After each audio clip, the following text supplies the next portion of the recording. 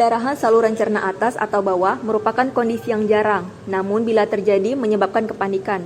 Secara umum, saluran cerna manusia dibagi menjadi dua bagian, yaitu bagian atas dan juga bawah. Saluran cerna bagian atas meliputi mulut, kerongkongan, lambung, dan juga usus halus. Sementara saluran cerna bagian bawah dimulai dari usus besar hingga anus. Pendarahan saluran cerna bawah terjadi bila sumber pendarahan terletak di bawah ligamentum teres, yaitu suatu otot polos yang memanjang dari perbatasan duodenum, jejunum hingga diafragma kiri. Nah, pendarahan saluran cerna bawah terjadi karena adanya tegangan dan regangan rektum akibat feses yang keras, sehingga terjadi pisura. Nah, pisura ini merupakan sobekan kecil pada dinding dalam anus yang ditandai dengan rasa sakit tajam saat BAB. Pada kasus kolitis atau peradangan kronis yang menyebabkan darah yang sedikit-sedikit tapi sering, dan ulkus atau bisul, yaitu luka terbuka yang cukup dalam, akan menyebabkan robeknya pembuluh darah, sehingga akan menyebabkan pendarahan pada saluran cerna bawah. Nah, pada kasus polip yang menonjol akan terjadi pendarahan apabila terkena feses yang keras. Penyebab perdarahan saluran cerna bawah biasanya disebabkan oleh iritasi lokal seperti fisura, yaitu sobekan kecil pada dinding dalam anus. Kondisi ini biasanya disebabkan oleh tinja yang besar atau keras akibat kulit.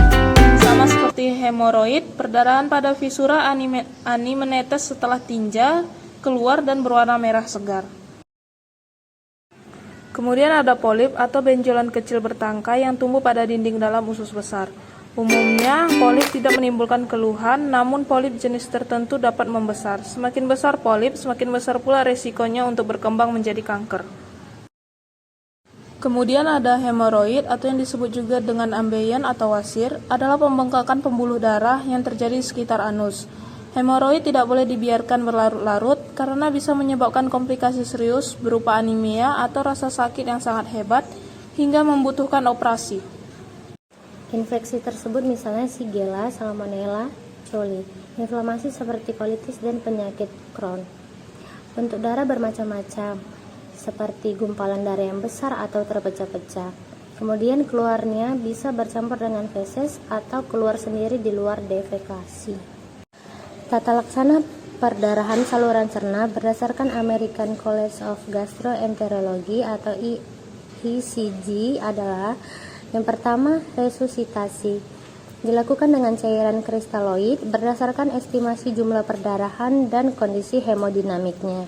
Yang kedua, ada transfusi pada pasien dengan HB di bawah 7 gram per desiliter dengan target HB lebih tinggi pada pasien dengan depresi cairan intravaskular dan penyakit komorbid.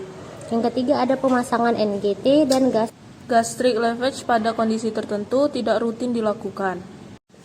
Kemudian endoskopi digunakan untuk mendokumentasikan dan tata laksana pasien dengan pendarahan aktif.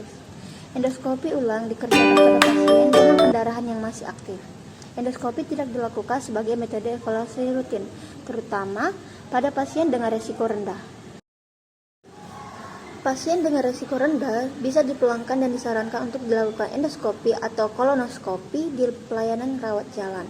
Pasien dengan risiko tinggi, pendarahan aktif, anemia, komorbid harus dirawat inap dengan estimasi hari rawat inap selama 3 hari.